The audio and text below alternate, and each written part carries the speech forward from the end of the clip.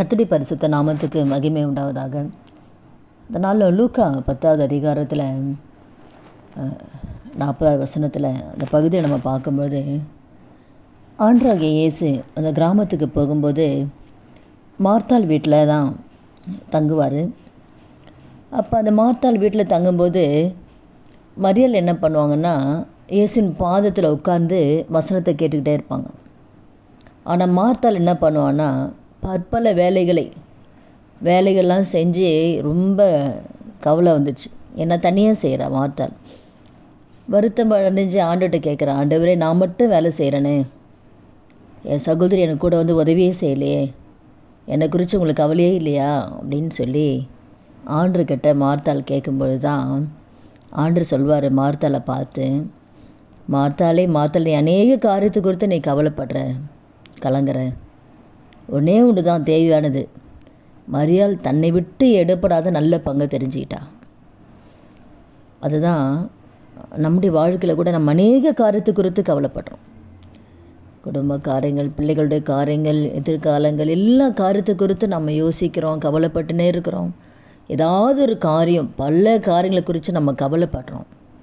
ஆனால் தேவன் நம்மக்கிட்ட எதிர்பார்க்கிறது அவருடைய பாதம்.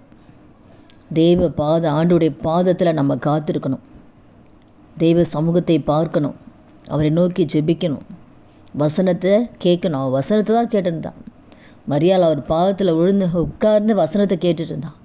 நம்ம வசனத்தை வாசிக்கணும், தியானித்து அதன்படி அந்த வசனம் நம்ம வாழ்க்கையாக மாறும் பொழுது நம்முடைய வாழ்க்கையில் இருக்கிற பிரச்சனைகள், போராட்டங்கள், வேதனைகள், கண்ணீர் எல்லாவற்றையுமே மாறும். எல்லாமே மாறும். ஆண்டவரால் முடியாதது எதுவுமே இல்லைங்க. எந்த காரியமாக இருந்தாலும் சரி, நம்ம கவலைப்படுறனால ஏதாவது ஒன்று செய்ய முடியுமா? ஒன்றும் செய்ய முடியாது. அதுக்கு நம்ம தெய்வ சமூகத்தில் நம்ம காத்திருந்தோம்னா நம்முடைய பிள்ளைகளுடைய காரியம், கடனுடைய காரியம், எதிர்காலம், தேவைகள் எல்லாவற்றையுமே ஆண்டவர் மாற்றுவார். அதுதான் தேவையானது ஒன்று ஆண்டவர் சொல்கிறாரு, அவருடைய பாதத்தில் காத்திருக்கிறது. இப்போ நம்மளும் எந்த காரியத்தை கொடுத்தோம் கவலைப்பட்டு நம்ம எதுவும் செய்ய போகிறதில்ல. ஆனால் கவலைப்படாமல் அவருடைய சமூகத்தில் நம்ம காத்திருக்கும்போது நிச்சயமாக முதலாவது கர்த்தருடைய ராஜ்யத்தையும் நீதியும் தேடுங்கள், அப்போது இவைகளாம் உங்களுக்கு கூட கொடுக்கப்படும். ஆண்டுடைய ராஜ்யத்தையும் அவருடைய நீதியும் அவருடைய சமூகத்தை நம்ம தேடும்போது நிச்சயமாக நம்முடைய வாழ்க்கையில் எல்லாமே அவர் கூட கொடுப்பார். நம்ம எதிர்பார்க்கிற எல்லா நன்மைகளும் அவர் கொடுப்பார்.